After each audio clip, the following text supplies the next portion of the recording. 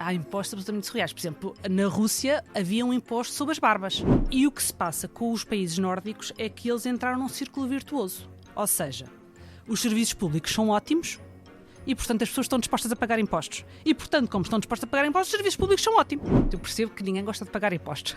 E eu também não. Mas, em termos conceptuais, é uma coisa absolutamente extraordinária. É uma maravilha humana, no fundo.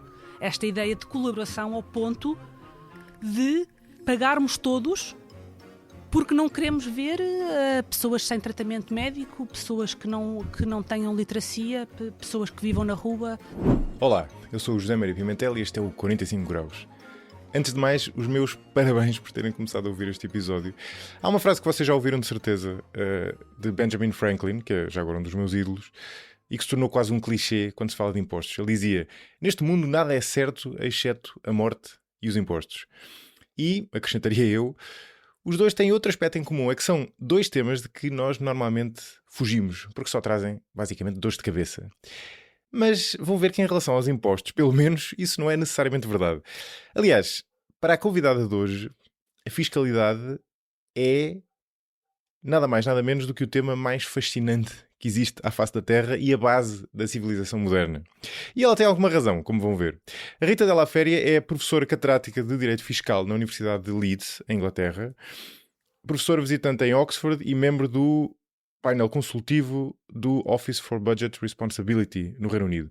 É licenciada em Direito pela Faculdade de Direito de Lisboa e doutorou-se em Direito Fiscal Europeu pela Universidade de Dublin Trinity College.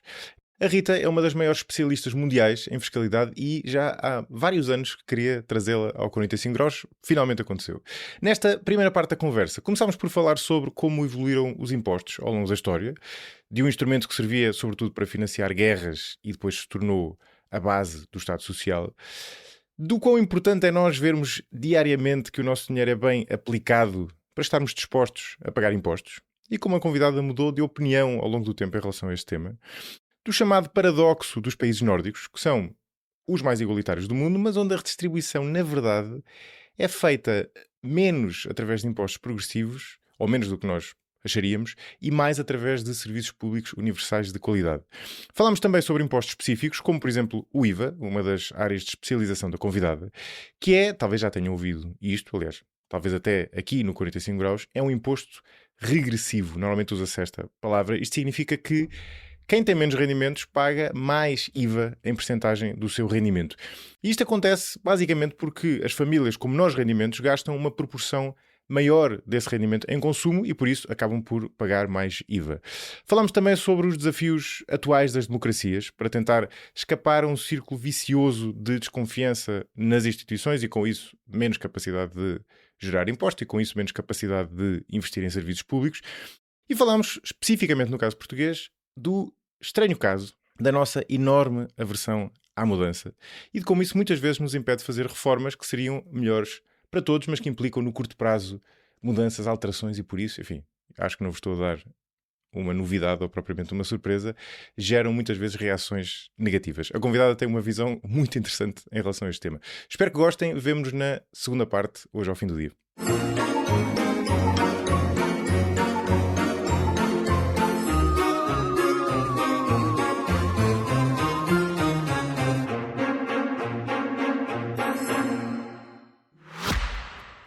Se gosta de ouvir podcasts, conheça a oferta que o Expresso tem para si.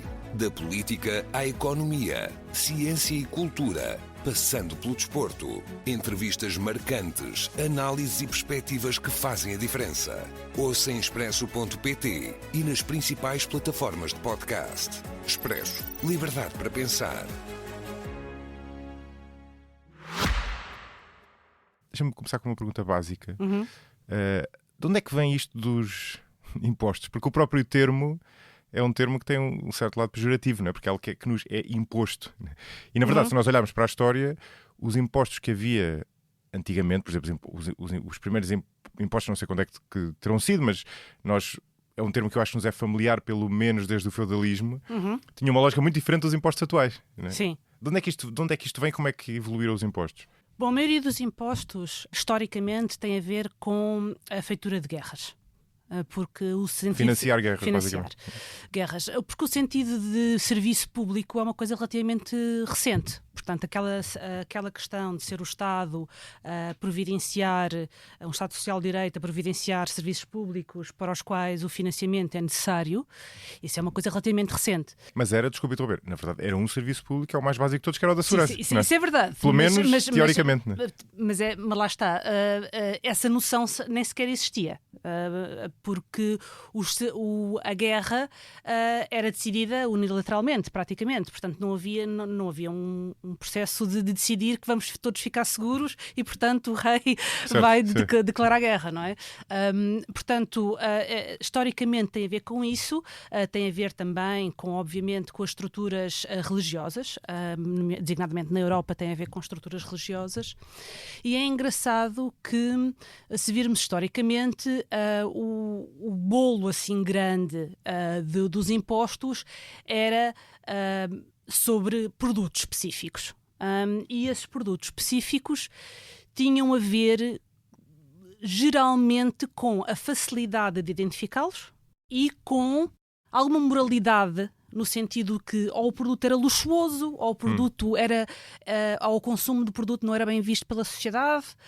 Portanto, se virmos historicamente, produtos que são regularmente sujeitos a impostos, o sal, que era considerado um produto de luxo durante vários séculos, o chá, o café, são produtos de luxo, mas depois também temos um dos impostos mais antigos da história da humanidade, é o imposto sobre o álcool.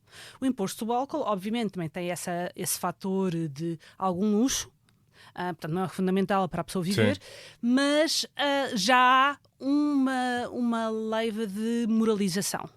Portanto, nós vemos, principalmente à medida que os séculos foram avançando, se olharmos para o século XVIII, XIX, claramente já há uma tentativa de tributar ou de taxar mais produtos que têm mais álcool. Porquê? Porque são maus, não devíamos fazer isso, etc. É uma forma de desencorajar o consumo. Desencorajar o consumo, mas com essa visão moral da sociedade. Portanto, temos as coisas que são fáceis de ver. Portanto, a capacidade do Estado para impor tributos, ou dos Estados, em geral, para impor tributos, está dependente de ver fisicamente. Uhum. Portanto, visibilidade da coisa, que é objeto da tributação, e depois este conceito de luxo, de ser contra a moral e os bons costumes, etc. Portanto, essa é a tradição de impostos que nós vemos até cerca de há 150 anos atrás. E esses eram impostos usados para financiar o quê? Para financiar principalmente guerras. Eram os próprios impostos sobre o consumo? Sim, sim. Portanto, se nós virmos historicamente, claro que há outras coisas, por exemplo, como estava a dizer, a vida da aristocracia, a vida dos reis, não é? A vertente religiosa, portanto, as organizações religiosas, portanto, no caso da Europa, a Igreja Católica, mas mais tarde também com o protestantismo, etc. Mas o principal, o grande bolo, são guerras. Porque eu tinha a ideia, se calhar isto está errado, mas eu tinha a ideia que esses impostos para financiar guerras eram impostos one-off, não é? Ou seja, pontuais. Vai haver uma guerra, então vamos ter de levantar... Muitas vezes havia aumentos, isso certamente. Mas eram impostos regularmente coletados porque nós estávamos todos sempre em guerra. Portanto, se virmos historicamente, há sempre alguma guerra, claro. Em algum momento que precisamos de financiar. Então os impostos mais antigos são os impostos sobre o consumo? Os impostos mais antigos são os impostos especiais sobre o consumo. Os impostos especiais. Também temos outro tipo de impostos que hoje estão totalmente desatualizados. Há um livro muito giro que se as pessoas acham estão interessadas no tema dos impostos, mas querem uma coisa leve, que seja engraçada. Há um livro muito giro, escrito por dois economistas a trabalhar nos Estados Unidos. Um deles é inglês, mas está a trabalhar nos Estados Unidos, ou até mesmo americano. O Michael Keane e o Joel Slamrod, e que se chama, se não me engano, Revenue, Rebels and Revolutions. Acho que é assim. E então fazem a historial de todos os vários impostos que existiram na história da humanidade. E há impostos absolutamente surreais. Por exemplo, na Rússia havia um imposto sobre as barbas. Se os homens tinham barba, tinham que pagar imposto. Porquê? Porque a barba era considerado um sinal de aristocracia, de ter um rendimento mais elevado. Portanto, se tem um rendimento mais elevado, tributa E, portanto, é um luxo, tributa à barba. E depois há coisas assim execráveis. Portanto, no livro, por exemplo, há um exemplo, já me perguntaram uma vez numa podcast qual era o pior imposto que alguma vez tinha ouvido falar. E eu dei este exemplo, que é o imposto na Índia sobre o peito das mulheres. Portanto, sobre as mamas. Sobre o tamanho? Não. Ou sobre a existência? Não, sobre a visibilidade. Ok. Ou seja, se queriam cobrir o Sobre peito... o decote, no fundo. Não, se queriam cobrir o peito, tinham que pagar imposto. É ao contrário. Tinham que pagar imposto. Portanto, se eram pobres e não podiam pagar imposto, tinham que estar com o peito descoberto para o lazer das classes mais ricas. Eu nunca disse. Portanto, Eu nunca tinha ouvido falar desse, de facto. sim, o imposto sobre the breast tax. Esse é um dos impostos mais twisted. Foi por isso que eu dei exemplo. Mas há coisas muito engraçadas na história, portanto, e há coisas que têm efeitos até hoje, principalmente arquitetónicos. Por exemplo, algumas pessoas que nos estão a ouvir, que estão interessadas sobre impostos, já terão ouvido falar do imposto sobre janelas. Exato. Isso é patente quando se vai a Londres. Portanto, quando se vai a Londres e vê-se as janelas todas tapadas, tem a ver com o facto de quererem pagar menos impostos. Portanto, ainda hoje na arquitetura de Inglaterra se vê claramente o efeito do imposto que já não existe há séculos. Por exemplo, outro resíduo arquitetónico. Em Amsterdão, quem já foi a Amsterdão, vê que os edifícios muitas vezes são altos, mas muito fininhos. Exato. Isso tem a ver com o imposto sobre terra. O único imposto que se aplicava nos imóveis era sobre o espaço de terra. Portanto, ia para cima. Sobre isso, aliás. Ia para cima em vez de ir para os lados, não é? O prédio crescia para cima em vez de crescer para os lados. Portanto, há uma série de resíduos históricos que ainda hoje vemos. Falar com um irlandês.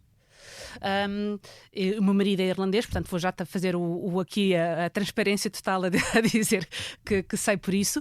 Vão-lhe dizer que o facto dos irlandeses terem tão má visão, que é um facto real, portanto os irlandeses são um dos países da Europa com mais uso de óculos, em que há um fator genético para o uso de óculos. Sim, que usam muitos óculos. Mais de metade da população tem uma deficiência de visão.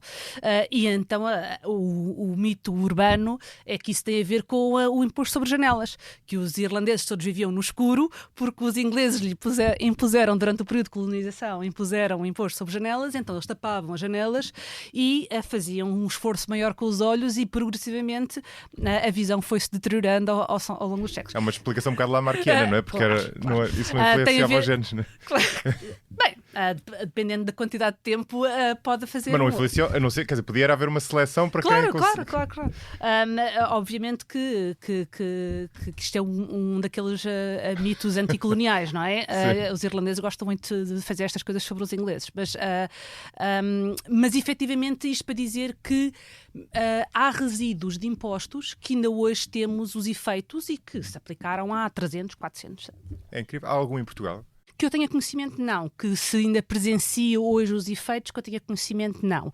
Mas estou certa, porque já li algumas coisas relativamente ao período da colonização, em que há resíduos coloniais da imposição de impostos. Isso claramente. Em Portugal continental, ou Portugal como hoje o conhecemos, não estou a lembrar-me de nenhum exemplo claro, mas colonial sim. Portanto, havia restrições muito grandes a nível de tributação das ex-colónias e, portanto, foram muitas coisas que ficaram para trás porque era preciso pagar os impostos à metrópole. Sim, exato.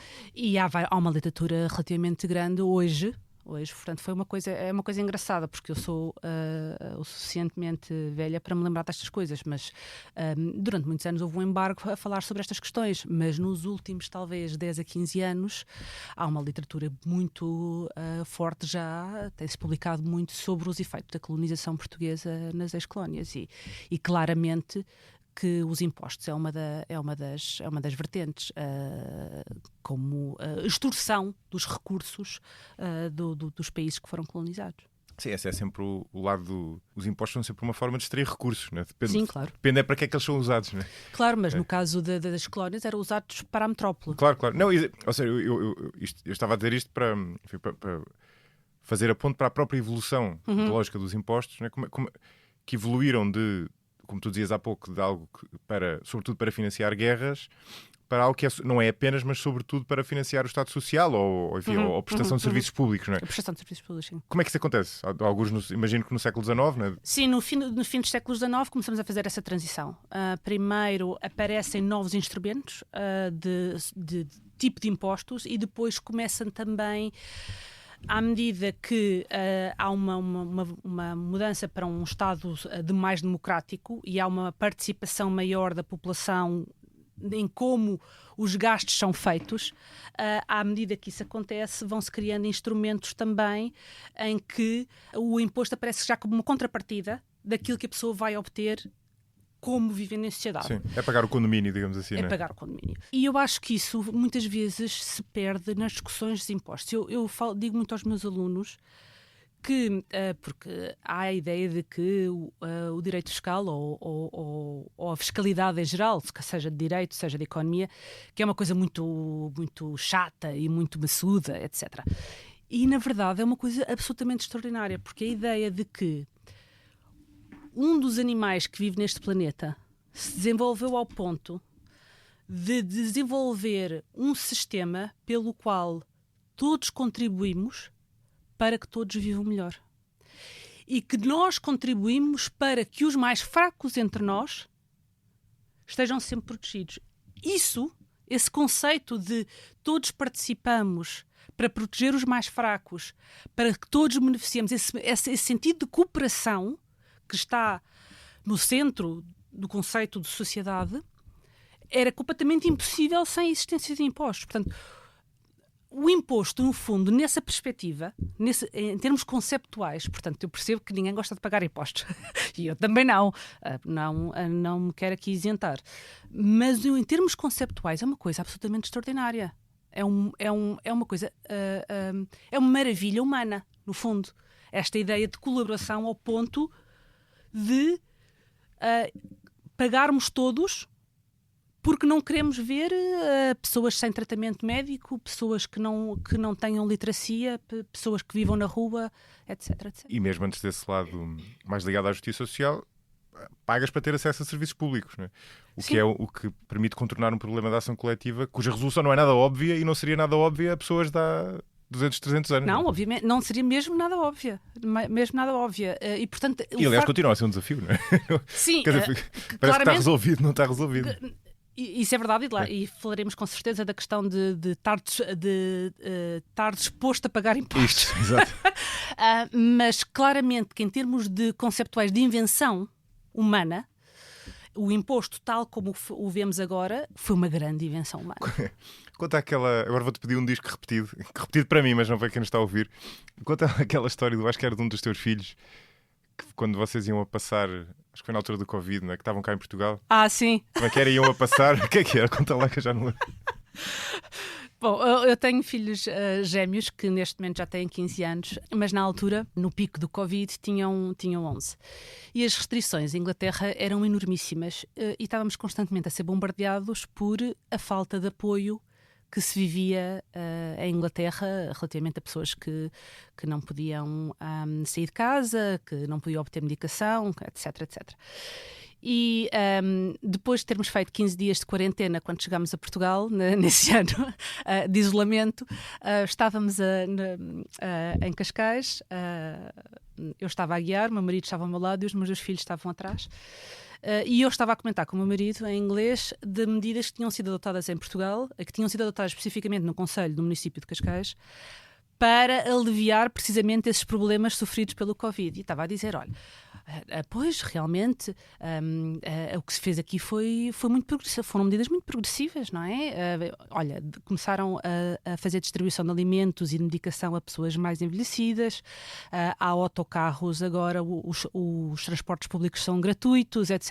A diferença que isso faz a pessoas com rendimentos mais baixos. Estava a falar só com o meu marido.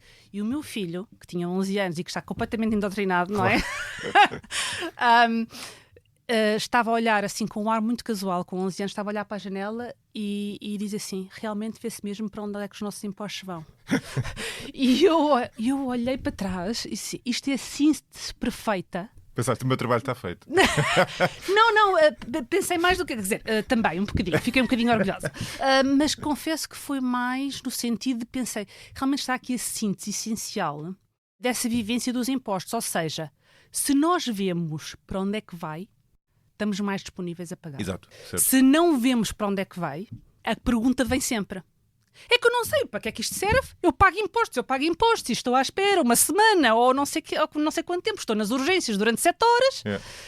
E essa pergunta, e isso, eu acho que isso às vezes, esse nível de abstração às vezes passa um pouco despercebido. Muitas vezes a políticos e aos responsáveis pela política pública, lato senso, não é? De que as pessoas precisam de ver para onde é que as coisas vão. E se não veem, a disponibilidade para pagar voluntariamente decresce imediatamente. Exato. E isso vê-se depois quando se faz sondagens, assim, a espectro largo, não é? Portanto, podemos falar disso até mais tarde, mas há discrepâncias. Há discrepâncias muito grandes, geograficamente, em disponibilidade para pagar impostos ou não. Eu, por exemplo, não queria acreditar, estava numa conferência o ano passado e vi as sondagens mais recentes na Finlândia e 78%, penso eu, das pessoas estão contentes com os impostos que pagam muito mais que os portugueses. Mas porquê? Porque veem uma contrapartida constante. Portanto, os finlandeses estão à vontade para fazer erros na vida. Para ir para a faculdade, depois desistir, e fazer uma viagem durante 2 anos pelo mundo e depois voltar. Estão garantidos, têm um Estado Social de Direito que garantem que têm onde ficar quando voltam da viagem dos 2 anos, que têm um rendimento mínimo, que nunca se têm que preocupar com saúde, ou com pagar propinas, ou com um empréstimo que fizeram para pagar a faculdade. Portanto, essas coisas todas estão asseguradas. E isto é uma coisa que se calhar podemos aprofundar um pouco mais, coisas em que eu mudei de opinião. Boa. Eu mudei de opinião. Esta realização foi uma coisa em que o meu pensamento evoluiu um pouco. Porque, em termos de eficiência de impostos, os melhores impostos são aqueles que são testados consoante o nosso rendimento. Ou seja, nós só temos benefícios fiscais ou só temos certos serviços se formos abaixo de um rendimento específico. Essa é a versão mais eficiente. Certo. Estou vendo que vai chegar. O que eu me apercebi ao longo dos anos é que se fizermos sempre isso, as pessoas que pagam mais impostos nunca veem nada. Yeah. E isso faz com que estejam menos dispostas a pagar. E, portanto... E tem outro efeito, já agora, desculpa, é que getifica também os próprios serviços, não é?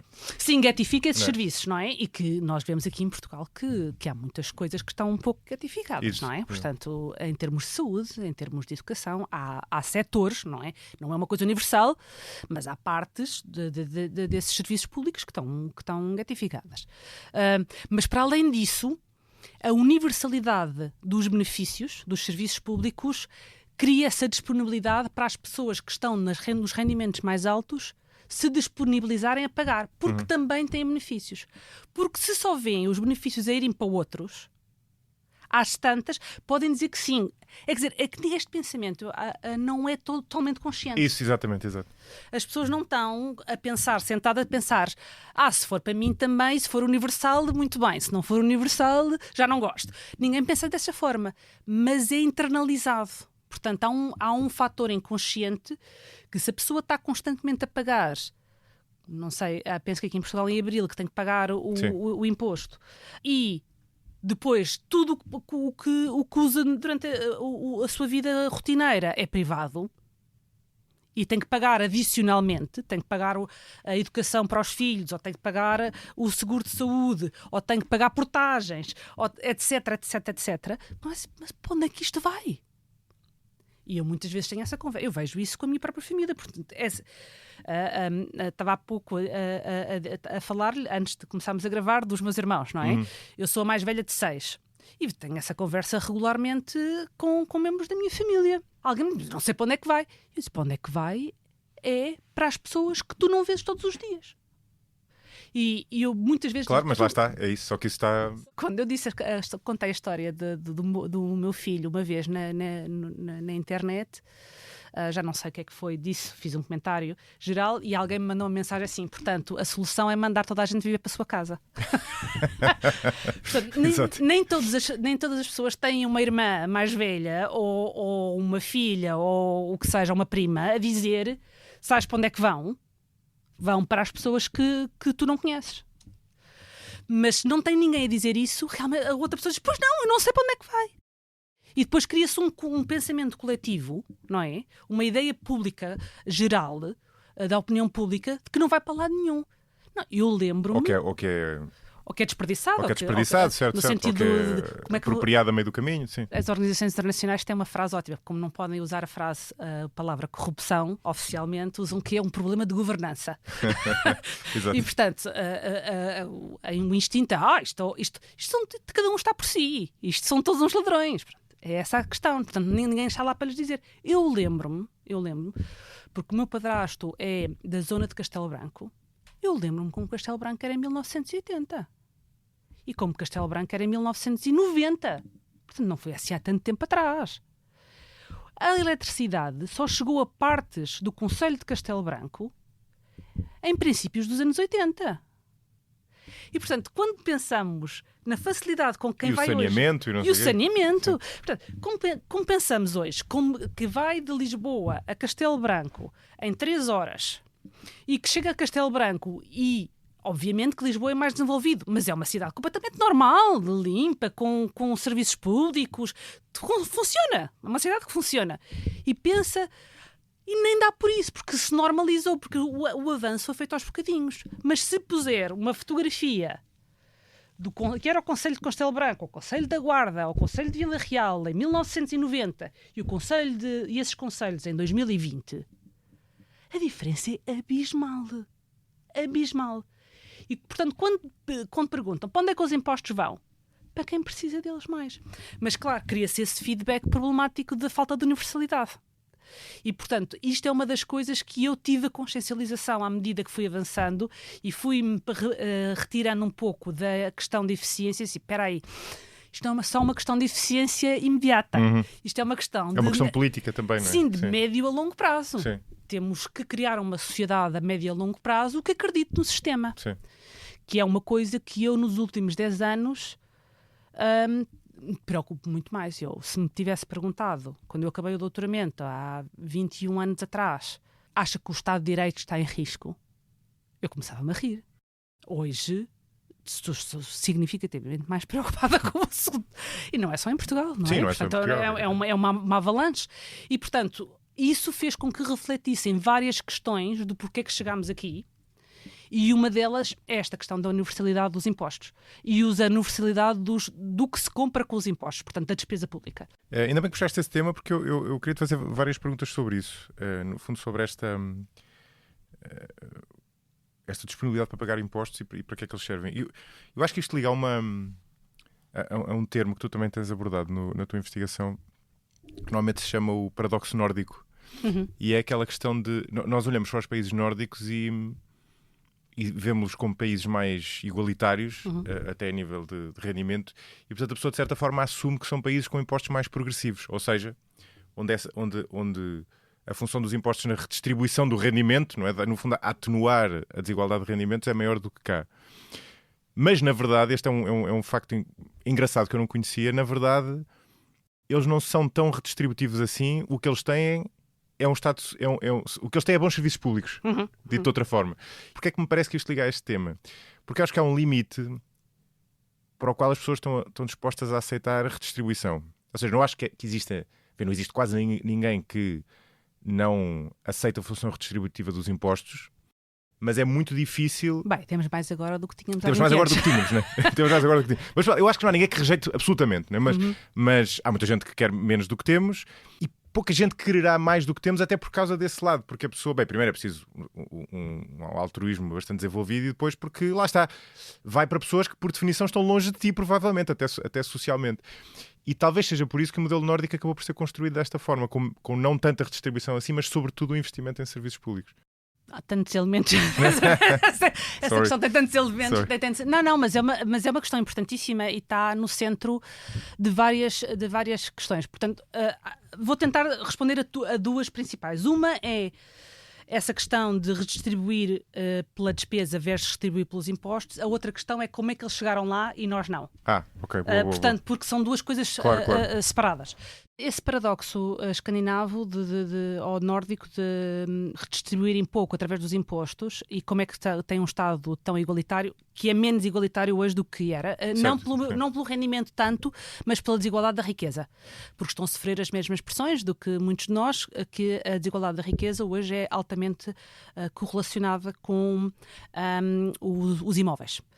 E, portanto, o que está-se a passar é que estamos com uma desigualdade da renda ou do rendimento relativamente estável, não é assim. Há um aumento, mas não há uma coisa sísmica, mas o aumento na desigualdade da riqueza é sísmico. Sim, que é sempre maior do que a desigualdade do rendimento, mas se fosse aumentou. Mas há um aumento muito grande no mundo ocidental em geral. Mas voltando à questão, portanto, eles efetivamente fazem a sua maioria pela despesa pública. Eu fiz um projeto que acabou o ano passado, mas que teve mais ou menos quase 4 anos, desde o início da ideia até à publicação do livro do ano passado, que se chama Tributação e Desigualdades, no plural. Portanto, só está publicado em inglês, Taxation and Inequalities, para quem estiver interessado. E nesse projeto tínhamos uma panóplia de 33 países. 64 académicos desses 33 países estiveram envolvidos no projeto e era para tentar perceber exatamente de que modo os impostos contribuíam para a desigualdade ou atenuavam a desigualdade, se era desejável, se não era, e também até que ponto nós dizíamos que queríamos, mas na verdade não queríamos. Portanto, as vários aspectos da relação entre as desigualdades e os impostos. Um dos resultados chave que saíram desse projeto foi precisamente este. Nós temos 3 tipos de sistema constitucional em geral no mundo. Portanto, não é só na Europa, nestes 33 países, que incluíam vários países não europeus. Um sistema que exige a redistribuição da riqueza, mas não diz como. Um sistema que diz só que as finanças públicas que devem fazer a redistribuição da riqueza. Portanto, o orçamento geral do Estado deve fazer uma redistribuição da riqueza. Um outro sistema que diz que deve ser o sistema tributário, ou o sistema fiscal, que faz a redistribuição da riqueza. Portanto, que o sistema fiscal deve ser progressivo. Certo. E temos um outro sistema ainda mais à frente, que é todos os impostos têm que ser progressivos. Para a desgraça nossa, em Portugal, nós temos o que todos os impostos devem ser progressivos. Até o IRC. O que é muito problemático. Porquê? Porque a maioria dos países está no meio. A Constituição diz que tem que ser um sistema fiscal progressivo. Mas os países com menor desigualdade são sistemas que dizem que são as finanças públicas que têm que ter um resultado redistributivo. E, portanto, o que acontece é que quem vê no bolo o mix das despesas públicas mais o rendimento público e faz o apanhado da progressividade e da redistribuição consoante as duas coisas, é, na verdade, quem tem os sistemas mais igualitários. E é isso que se passa nos países nórdicos. Portanto, eles não fazem...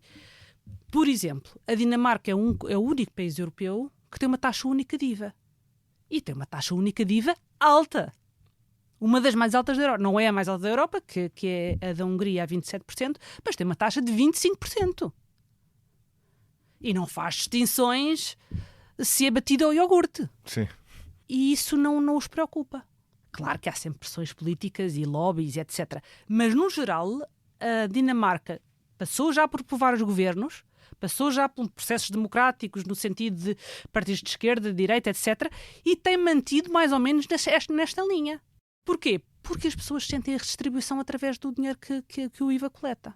E é claro, no relatório que foi feito pelos colegas, no meu projeto, que foi feito pelos colegas dinamarqueses, que as pessoas sentem segurança não só nos serviços públicos, mas uma coisa que também é bastante importante, que é segurança se alguma coisa correr mal.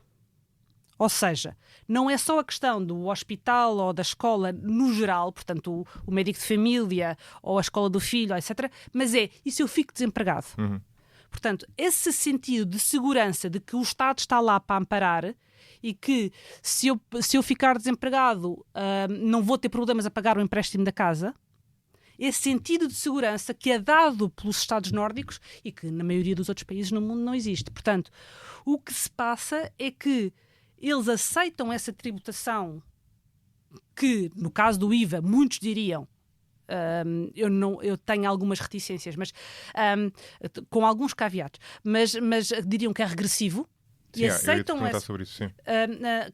essa suposta regressividade, aceitam-na porquê? Porque o dinheiro que é coletado com o IVA depois oferece essa rede de segurança, depois oferece serviços públicos excelentes. A pessoa não tem que pagar pela medicação, não tem que pagar pela consulta médica e se ficar desempregado, o Estado está lá para ajudar. Sim. Eu acho que há uma... Ainda não falámos ainda de tanto de impostos específicos, mas uma das críticas que normalmente faz ao IVA tem a ver com essa chamada regressividade, que é um destes termos caros no fundo, que significa que quem paga mais IVA em termos proporcionais são as pessoas que têm menos rendimentos, porque para elas o consumo elas poupam menos e o consumo é proporcionalmente uma parte maior do rendimento que têm. E, portanto, nesse sentido é regressivo porque paga mais quem tem menos rendimento. Mas isto é só olhar para a parte da equação, não é? Porque é só olhar para o input, não é?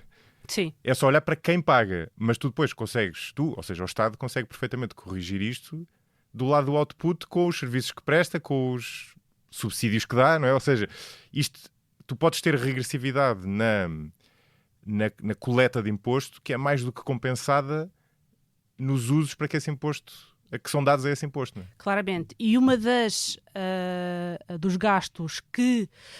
Depois há estudos quais são os gastos mais eficientes, porque isto vem logo a conversa. Pois, mas isso era suposto que o nosso governo gastasse bem o dinheiro. Claro, exato. O que é uma pergunta... O que é uma pergunta válida. Uma pergunta válida. Sim. Mas, portanto, e há literatura sobre o que é que tem mais retorno. Portanto, independentemente das escolhas políticas. Depois há escolhas políticas, por exemplo, investimento militar, no curto prazo não tem grande retorno. Portanto, aquela história de que vamos desenvolver, vamos dar mais emprego... a curto prazo não tem grande retorno, mas claro que se há uma emergência e depois somos invadidos, obviamente que o retorno compensa, não é? Mas em termos estritos financeiros, a coisa que dá mais retorno é a educação. A mobilidade social que se obtém através do investimento na educação, na qualidade de investimento de educação, portanto, não é só ter muitos anos de escolaridade, não é? Portanto, não é necessariamente ter metade da população, como é, por exemplo, o caso da população inglesa, que quase metade da população vai para a universidade. Não é necessariamente isso, é a qualidade da educação, é o que tem mais retornos em termos de mobilidade social. A questão depois está em fazer esse gasto, consoante as escolhas políticas, mas sabendo em mente o que é que vai ter retorno e o que é que poderá ter menos retorno, não é? Obviamente que isto implica tudo uma confiança no Estado e no Governo, que se calhar alguns que nos estão a ouvir dizem, pois, mas é que os dinamarqueses... Olha, é sempre o ovo e a galinha, não é? É sempre. Eu fui fazer fui renovar o meu passaporte, aquela coisa horrorosa que se tem que fazer, e agora, felizmente, passaram a 10 anos em vez de 5, porque aquilo é dramático. 10 anos, de 5 anos Era horrível. E perdi todos os meus carimbos, aquela coisa dos carimbos e tal. Bom, fui renovar o meu passaporte e, precisamente por causa dos carimbos e dos vistos, disse assim à senhora, eu com um ar muito simpático, para ver se a senhora me dava assim algum... Não seria possível ficar com o passaporte antigo? Estraguem-no. Tipo, e disse, olha, o meu marido é irlandês e na Irlanda o que fazem é cortar os cantos dos passaportes para assim ficam estragados, já não podem ser utilizados e assim deixam as pessoas ficar como uma recordação do passaporte. A senhora suspirou. Simpática, claro. Na Conservatória de Civil de Cascais. Suspirou assim, pois é. Mas os irlandeses, se calhar, são civilizados. Nós, se fizéssemos isso aqui, disse-me logo ela, olha, não lhe dava 2 dias para não aparecerem na Feira da Ladra. E essa é a questão precisamente relativamente aos impostos. Portanto, nós dizemos isto, os países nórdicos fazem isto e fazem através das... mas isso são os nórdicos. Isso são os dinamarqueses e os suecos, são civilizados. Nós aqui, se fizéssemos isso, o que acontecia? O dinheiro perdia-se todo, não era investido como deve ser, etc, etc, etc. É verdade que isso acontece lá e que nós temos a versão mais extrema, que é a versão de que todos os impostos, que é uma coisa absolutamente absurda e que só existe ainda porque a Constituição é de 1976 e nunca ninguém pensa sobre estas coisas. E Nunca são prioridades, prescritiva, não é? Sim, é muito prescritiva e ninguém pensa que 30 anos mais tarde se calhar devíamos mudar isto, não é? Porque nunca é uma prioridade, não é uma coisa com grande saliência política, mudar a Constituição relativamente a dizer que em vez de serem todos os impostos, que diga só o sistema tributário ou o sistema fiscal, ou que diga as finanças públicas. Sim. E é sempre a Constituição tem para o nosso regime, é quase como uma Bíblia, não é? Portanto, gera sempre muitos anticorpos, propostas de mudança, seja ela em que sentido for. Sim, não é? É uma chatice. Isso também, se calhar falaremos disso, mas eu acho que uma das questões que efetivamente é pior em Portugal do que em outros países é que nós temos um nível de aversão à mudança que é maior do que noutros países. Portanto, isto existe em geral, os humanos gostam do que gostam, não é? Portanto, isto está bastante estudado e tanto em ciência política como em sociologia e psicologia temos uma aversão à mudança e uma path dependency clara, mas em Portugal é uma coisa... E muitas vezes contraproducente. E muitas vezes contraproducente. Portanto, há situações, obviamente, que são fazer um salto para o desconhecido, kierkegaardiano, que não se sabe, efetivamente causa alguma ansiedade. Mas neste caso, como estamos a falar, e haverá muitos noutras áreas, com certeza, deste tipo, sabemos perfeitamente quais são as consequências, porque há muitos outros países que já fizeram a mesma coisa. Mas o que é por acaso tenho curiosidade, como estrangeirada, em saber a tua opinião sobre isto. O que é que, por exemplo, na Irlanda, o que é diferente no debate político quando surge uma proposta deste género? Porque aqui eu sei o que é que aconteceria. Alguém proporia isto e surgiria um clamor contra... Ainda por cima, neste caso, até meio absurdo, mas provavelmente ligado a tirar direitos obtidos, etc, etc. Não? O que é que... Aqui eu acho que provavelmente o backlash seria de que querem diminuir a obrigação da progressividade. Exato, querem diminuir a de redistribuição. Exatamente, é isso. Um caos total, porque querem... Quando obviamente que não era disso que estaríamos a falar. O objetivo era fazer mais redistribuição por via da despesa pública. Eu acho, e isto foi uma coisa que eu já ponderei bastante, e ponderei porque em Portugal, quando foi a altura da Troika, eu trabalhei aqui em Portugal no Ministério das Finanças, a tentar ajudar durante o período da Troika. Uma história um bocadinho surreal em que, por um acaso enormíssimo, foi na altura em que eu tive os meus filhos e estava a viver em Portugal,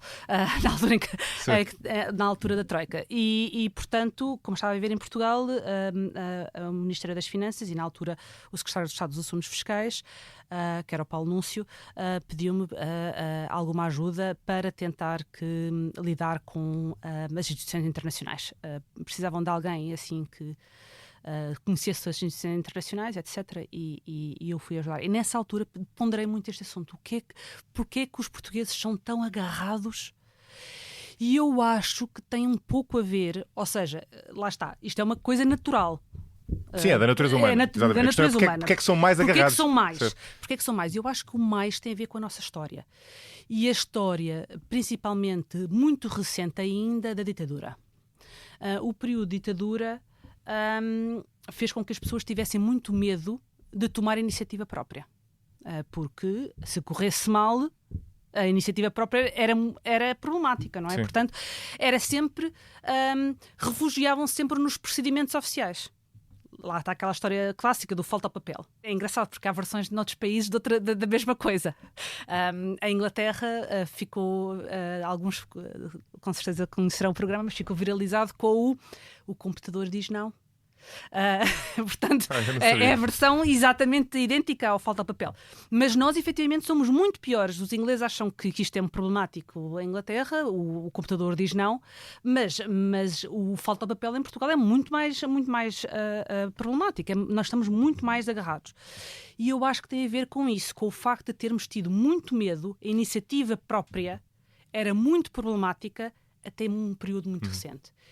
E muitas das pessoas que trabalhavam até há 10, 15 anos atrás eram pessoas que tinham ainda começado a trabalhar durante esse período.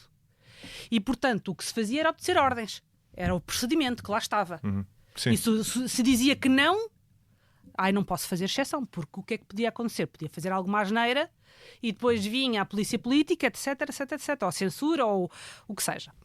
E, portanto, eu acho que tem a ver um pouco com a nossa história. Mas, efetivamente, se não há consciencialização, e na altura em que eu estive, nessa altura em que estive a ajudar o governo em Portugal, dei algumas entrevistas pós isso, mas nesse período em que dizia precisamente nós temos pelo menos consciencializarmos que isto é uma coisa humana, mas que é pior em Portugal, porque a consciencialização é o princípio da mudança, não é? Portanto, se tivermos consciência de que efetivamente somos mais suscetíveis de path dependency, podemos conscientemente tentar contrariar essa tendência. Se não temos consciência de que isto é um problema cultural português, então aí atuamos segundo os nossos instintos. Eu vou-lhe dar um exemplo, sem dizer nomes, mas eu estava a falar com pessoas da administração tributária há cerca de um ano e estava a fazer elogios sinceros à digitalização da administração tributária em Portugal. A AT tem feito progressos enormíssimos. Sim. E começou, efetivamente, durante o período da Troika. Portanto, durante o período da Troika houve um esforço consciente para digitalizar como combate à informalidade e à evasão fiscal. E esse processo ganhou momento, não é? E hoje temos uma das administrações tributárias mais sofisticadas em termos de digitalização, portanto, em termos de computadores, portanto, não estou a dizer que em termos de técnicos, que é a administração fiscal inglesa ou a holandesa, que são consideradas entre as melhores do mundo, não, mas em termos técnicos de digitalização, estamos muito à frente. E não é suficientemente reconhecido, acho eu, esse facto. Lá está, e eu estava a fazer esse comentário como membros imediatamente, o primeiro instinto foi dizer mas não funciona tão bem como parece. logo. E eu disse, mas não, olha, com o problema, mas foi logo. Portanto, foi logo meter para baixo. E isso é assim, é menos problemático comigo, porque eu sou portuguesa e, portanto, reconheço o que é que se está a passar. Exato. Mas quando imagine, chega um croata e diz assim, vocês em Portugal têm um sistema... não, olha, eles dizem que sim, mas olha que não. Na prática, não. É uma chatice dizerem isso. Bom, e então eu estava a fazer isso e disse, não, é ótimo. E eu tenho uma proposta que provavelmente até iremos falar sobre isso, sobre o IVA progressivo, a ideia o que utiliza o nível de digitalização. E disse, olha, por exemplo, para a minha proposta com o meu colega do FMI sobre o IVA progressivo, a Portugal é um candidato ótimo porque tem um nível de digitalização. Não, olha que isso ia dar muito mau resultado em Portugal. Logo, disseram-me imediatamente que era impossível fazer isso em Portugal, quando eu sei que o nível de digitalização que nós temos e a tecnologia que nós utilizamos em Portugal era completamente suscetível de implementar um sistema desse género. Mas só mencionar a possibilidade de que o sistema do IVA iria ser mudado, imediatamente as pessoas... Mas é que estava a falar com 3 pessoas. Imediatamente, as 2 mais velhas, menos a mais nova, tem graça, mas as 2 mais... contraíram o corpo fisicamente, os ombros... Não. Não nos deixa chatices, please. Mas foi isso. Portanto, se tivermos essa consciencialização de que temos essa questão cultural, eu acho que é meio caminho andado para contrariarmos e dizer assim, não, espera, estou a fazer isto porque é mesmo, não sei mesmo os resultados e pode correr mal, ou estou a fazer isto porque tenho medo. E um medo que é culturalmente incutido em mim. E meio imponderado, não é? Sim. Porque esse medo é um medo, no fundo a mudança tem mais probabilidade de dar algo pior do que dar algo melhor. E se eu patrocinar a mudança... se ela correr bem, isso tem algum benefício, mas se ela correr mal, o malefício que tem é mais do que proporcional face ao benefício, não é? Pior ainda, de certa forma. Isto liga muito, já deves ter apanhado essa investigação. Isto não tem nada a ver com impostos, quer dizer, na verdade tem de certa forma, indiretamente.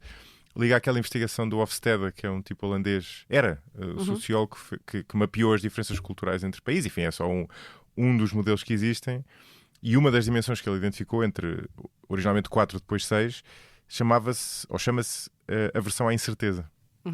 E tem exatamente a ver com isto. E nós somos o segundo país com maior aversão à incerteza, a seguir à Grécia, curiosamente. Uncertainty bias. Exatamente, ou seja, porque é diferente de risco. Sim, o risco tu sabes. Completamente diferente. A incerteza é essa ambiguidade, né? Tu não sabes o que é que vai dar e isso está muito presente no debate político, sei lá, tudo. Qualquer mudança é rejeitada porque gera esse tipo de aversão, não é? Claro está, como tu dizias, esta aversão à incerteza é da natureza humana, mas é maior em Portugal do que noutros países. Deixa-me voltar ao que estávamos a falar há um bocadinho sobre os serviços públicos. Eu acho que há um desafio atualmente que é... As pessoas estão mais descontentes do que no passado com os serviços públicos. Tu já disse isto há um bocadinho. Francamente, eu acho que grande parte disto tem que ver com percepção. Talvez não seja tudo percepção. Acho que há uma parte grande que tem que ver com percepção, tem a ver com o resto da economia ter evoluído de uma forma diferente. Ainda recentemente fiz aqui um episódio sobre o SNS. Não é nada claro que o SNS esteja pior do que estava, por muito estranho que isto possa parecer a muitas pessoas. Mas é claro que o SNS funciona muito pior do que outras áreas da economia e isso faz com que as pessoas estejam mais descontentes. Os problemas também são muito mais salientes por causa do digital. O que é facto é que as pessoas estão mais descontentes com os serviços públicos. E isso faz com que estejam menos predispostas a pagar impostos. E daí se falar hoje em dia tanto de impostos e de redução de impostos. Isto é um desafio grande, não é? Que não é só de Portugal, neste caso. Eu acho que isto é transversal, pelo menos, às democracias ocidentais. Olha, acho ótimo falares disso porque lembra-me que eu esqueci-me de falar de como é que os nórdicos chegaram lá e nós não chegamos lá. Sim. Porque as duas questões estão ligadas, estão ligadas com essa questão. É que o problema está... naquilo que até, olha, há 2 anos atrás 2 economistas ganharam um prémio Nobel sobre esta questão, o Acemoglu e o Johnson, sobre a questão dos círculos viciosos e os círculos virtuosos. E o que se passa com os países nórdicos é que eles entraram num círculo virtuoso, ou seja, os serviços públicos são ótimos e, portanto, as pessoas estão dispostas a pagar impostos. E, portanto, como estão dispostas a pagar impostos, os serviços públicos são ótimos. Claro, passam a ter mais recursos. E, portanto, é um círculo virtuoso. Eu estou a excluir aqui, obviamente, porque eu tenho a certeza que haverá alguém que me está a ouvir que vai dizer pois, ela nem fala do facto deles terem petróleo ou terem recursos naturais. Isso é mais tarde. Mas era lá o que eu ia dizer. Portanto, nem todos têm, número 1, e este processo não começou com os recursos naturais. Portanto, isto tem a ver precisamente com o sistema de finanças públicas. Portanto, antes que me digam que estejam a pensar nisso, eu percebo a questão, mas efetivamente não é estritamente relacionada com esta questão do círculo virtuoso. E, portanto, entra-se nesse círculo virtuoso e o que é o problema? É que quem está no círculo virtuoso é ótimo, quem está no círculo vicioso é péssimo. E, portanto, nós nem estamos num muito vicioso. O nosso vicioso é assim moderadinho. Porque vicioso são os países em vias de desenvolvimento. Claro, exato. Em que, claramente, e isto é uma luta absolutamente constante, e eu faço hoje em dia muita política fiscal em países em vias de desenvolvimento, umas vezes sozinho, outras vezes trabalhando juntamente em conjugação com o FMI, e isto é um problema constante, que é, estes países precisam de receita para poder investir em serviços públicos e melhorá-los, mas ninguém está disposto a pagar impostos porque não há serviços públicos. Sim. E quando eu digo não é o nosso SNS. Exato. E, portanto, essa questão de como é que os nórdicos chegaram lá empurrando com a barriga na sequência da Segunda Guerra Mundial, ou das guerras mundiais, das duas progressivamente, um bocado empurrando com a barriga e agora entraram num círculo virtuoso. Empurrando com a barriga, ou seja, contraindo dívida? Sim, empurrando com a barriga um bocadinho contra a população, provavelmente, um bocadinho contraindo dívida, a situação a geopolítica era um pouco diferente, estava-se disposta a correr mais riscos, etc. A população era muito mais aberta, portanto, vê-se isso, por exemplo, no caso inglês, há uma mudança radical entre o que as pessoas estavam dispostas a fazer pelo país em 1950 e o que as pessoas estão dispostas a fazer em 2020. Portanto, há uma sensação de coletiva no pós-guerras que também contribui para isso, mas efetivamente empurraram um bocadinho com a barriga e agora entraram naquele círculo virtuoso e que é uma maravilha. Portanto, não tem que se preocupar com esse assunto. Quem não está nesse círculo virtuoso, ou está assim, mais ou menos mediano, mas para cima, como a Alemanha, ou quem está cá em baixo, como, sei lá, Angola, tem uma luta sempre contra a evasão fiscal. Porque, basicamente, e essa luta, na verdade, é um pouco condicionada precisamente por isso. Ou seja, as pessoas em Portugal podem não querer pagar impostos, mas estão mais dispostas a pagar impostos que as pessoas em Angola. E as pessoas na Alemanha não querem pagar impostos, mas estão um bocadinho mais dispostas do que em Portugal. Portanto, se virmos essa evolução desse círculo, está completamente relacionado. Sim. E como é que tu explicas... Isto agora talvez seria o corolário desta minha explicação, talvez a evasão fiscal esteja a aumentar em Portugal, mas a verdade é que diminuiu durante muitas décadas. Eu lembro de estar a conversar com um amigo meu, a pessoa mais velha, que emigrou do país anglófono nos anos 90. Creio que no início dos anos 90. E ele contou que chegou cá e eu era miúdo nessa altura, portanto não tenho esta memória, mas ele contava que a evasão fiscal, nomeadamente no IRS, era uma coisa perfeitamente corrente e que as pessoas comentavam à boca cheia. E ali as pessoas não se dão conta, mas hoje em dia isto já não acontece. Né? Hoje em dia as pessoas pagam o IRS e se não pagarem, não andam Queixam-se na mesma. Queixam-se na mesma, mas pagam. Mas pagam. Parte da explicação talvez tenha a ver com a eficácia da máquina fiscal. Sim. Mas outra parte poderá ser também uma certa mudança cultural. Não é? Eu acho que há uma mudança cultural. Antes de irmos a isso, se calhar, vou fazer um outro ponto sim. Que não é estritamente de impostos, mas precisamente de quem vive fora há muitos anos já, excluindo esses anos da Troika em que estive aqui durante 2 anos e tal, 2 anos e tal. Excluindo esse período, já vivo fora há mais de 20 anos. E já vivi em vários países e faço política fiscal em outros tantos países. Portanto, quem tem essa experiência, começo por dizer só isto. O nosso serviço de saúde é fantástico. Eu sei que as pessoas não têm essa experiência, mas é que comparativamente é fantástico. É absolutamente fantástico. E eu não precisam de tomar a minha palavra. Eu só peço que as pessoas olhem para as estatísticas oficiais comparativas relativamente a países. Nós temos uma mortalidade infantil das mais baixas do mundo.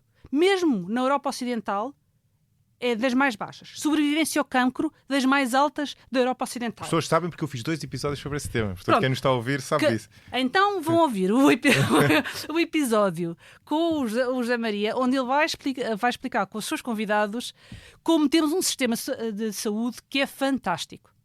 Portanto, começo por dizer isso porque eu acho que essas coisas precisam ser ditas, porque as pessoas, lá está, a percepção não corresponde totalmente à realidade. Há coisas que em Portugal efetivamente são piores. Há coisas que, por exemplo, estávamos a falar há pouco da burocracia, que eu acho que muita da questão é cultural e efetivamente é pior do que em muitos outros países. Em Inglaterra ou na Irlanda, onde eu vivi já há muitos anos, faz quase tudo pelo telefone. Muito antes da digitalização. Sim. Eu acho que tem um bocadinho a ver com a necessidade presencial das pessoas em sítios que se exigiu em Portugal durante muitos anos. Tem que ir ao registro civil, tem que ir ao banco, tem que ir às finanças. Essa presença física já estava abolida em muitos países muito antes da digitalização. Sim, está muito ligada à desconfiança. Está muito ligada à desconfiança e às questões culturais que estávamos a falar há pouco. Mas, portanto, há coisas que são piores. Mas, efetivamente, os nossos serviços de saúde são muito bons. Em termos de resultados, objetivamente. Não quer dizer, e há sempre aquilo que se chama anecdotal evidence, portanto há sempre casos que se vêem, que são dados de saliência na televisão, etc, de um bebê que morreu porque não teve assistência, de alguém que não teve tratamento ao cancro, ou alguém que morreu na ambulância. Há sempre casos desses, mas objetivamente, quando olhamos para os números, em versão macro, nós temos um serviço de saúde ótimo. Claro que a percepção é sempre a nossa percepção. Portanto, é sempre subjetiva. É consoante a nossa experiência. Portanto, nós sabemos que as nossas situações pessoais estão altamente correlacionadas com a vontade de pagar impostos. Ou com a disponibilidade. Portanto, não é vontade, mas a disponibilidade para pagar impostos. Portanto, se tem filho na escola pública, está mais disposto a pagar impostos do que se tem filho na escola privada. Se tem uma doença crónica que recebe medicação gratuita todos os meses, está mais disposto a pagar impostos. Se trabalha em serviços públicos, provavelmente está mais. Se apanha o autocarro e é gratuito, lá está aquela questão do meu filho. Se apanha o autocarro em Cascais e todos os dias entra no autocarro e não paga nada, a disponibilidade para pagar impostos aumenta porque está a receber coisas. Portanto, a situação pessoal a percepção do serviço público, e isto é uma coisa que também é importante, eu estou a dizer estas questões macro para as pessoas terem consciência, para se consciencializarem, mas também tenho a consciência eu própria de que as percepções são formadas não por números macro, mas pela experiência pessoal. Sim. Embora, idealmente, os números macro traduziriam a soma ou a média das experiências pessoais, só que elas são influenciadas por outras coisas. Nem sempre, porque as pessoas dão sempre saliência ao negativo. Portanto, nós humanos, não falar sim. nós humanos. O viés da negatividade. O viés da negatividade, exatamente. Portanto, imagine, eu tenho avaliações de alunos e todos os alunos dizem que adoraram as minhas aulas. E há um aluno que diz, ela é uma grande chata. Não conheço nenhum professor, não conheço nenhum professor que não fica a pensar sempre no aluno que todos os professores fazem isto. Sim. Portanto, e não vale a pena estar a dizer, mas houve 99 gostaram imenso de ti. Não, porque vamos concentrar naquele que não gostou. E, portanto, a saliência das experiências negativas que temos de serviços públicos são sempre maiores do que as experiências positivas. Portanto, não quer dizer que na altura, se a médica de família for muito simpática connosco, não dizemos bem da nossa médica de família. Mas não é do serviço todo. Uhum. É só, eu por acaso tive sorte. Eu tive sorte porque aquela médica é ótima. Mas o resto é tudo mal. Sim. Havia mais 2 ou 3 tópicos que eu te queria perguntar sobre este tema. Dos impostos e do que nós obtemos deles. Eu não sei se tu conheces isto. O Miguel Herdade, quando esteve aqui no podcast, falou de um dado que eu nunca me esqueci, que vem do estudo da OCDE, do Society at a Glance, que mostra que Portugal, eu não sei exatamente como é que isto é estimado, mas que mostra que em Portugal os cash benefits, portanto as transferências de dinheiro, as transferências diretas, vão maioritariamente para quem ganha mais, ao contrário do que seria de esperar.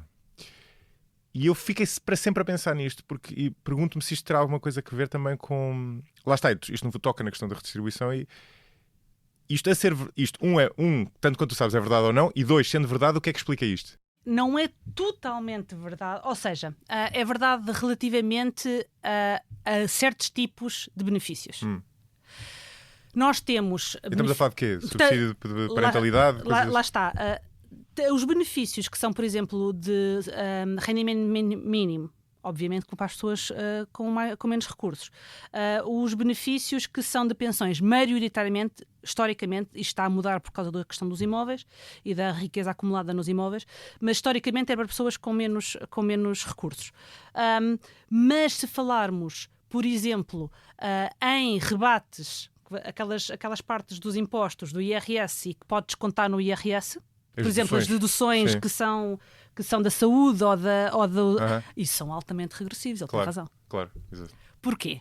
Isto deve ser óbvio a qualquer pessoa que nos está a ouvir. Porque se está a pagar privado, é porque pode pagar privado. Isto é uma coisa engraçada que também tem a ver com questões do IVA. Muitas vezes eu quando faço política fiscal ou quando trabalho em política fiscal em países e faço trabalho sobre impostos sobre o consumo e sobre IVA, há sempre aquela questão de devemos aplicar uma isenção à saúde e à educação.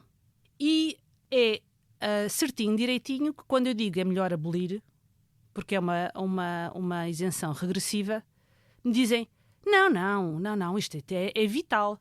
E eu respondo, mas vejam, a isenção só se aplica quando o prestador de serviços é privado. Em serviços públicos, isso não se aplica. Por natureza, o IVA não se aplica, claro, por definição.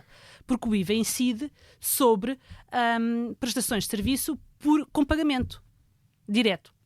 O que se chama por pagamento direto, em que há uma relação direta. Portanto, os impostos não contam para isso é o que eu quero dizer. Portanto, quem pode usar esses serviços são as pessoas de rendimentos mais elevados, por natureza. A resposta instantânea em todos os países, não tive em nenhum sítio que não me respondessem isto. Mas no meu país é diferente. No meu país é diferente. Ou seja, pode ser, isto não aconteceu em Portugal, mas pode ser Portugal, pode ser o que seja. Pode ser Brasil, ou Angola, ou Canadá, ou o que seja. É sempre, não, mas aqui é diferente. E depois olhamos para os números... E não é.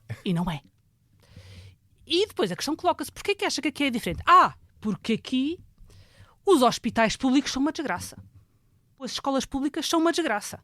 Todas as pessoas vão às clínicas. Todas as pessoas põem os filhos nas escolas privadas.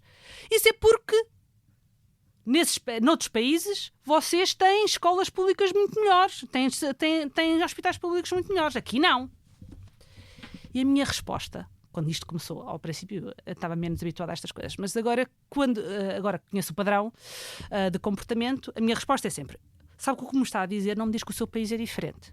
O que me está a dizer diz-me que o seu círculo de amigos e familiares pertencem todos à parte superior da distribuição do rendimento. Ou seja, as pessoas fazem a avaliação por aqueles que estão à nossa volta. Certo, exatamente. E todos os que estão à nossa volta são mais ou menos de contexto socioeconómico semelhante. Portanto, quando diz todas as pessoas vão à clínica, não. Todos os meus amigos e os meus familiares vão ao hospital privado. Isso é o que me está a dizer. Todos os meus amigos põem os filhos na escola privada. Isso é o que você está-me a dizer quando diz isso.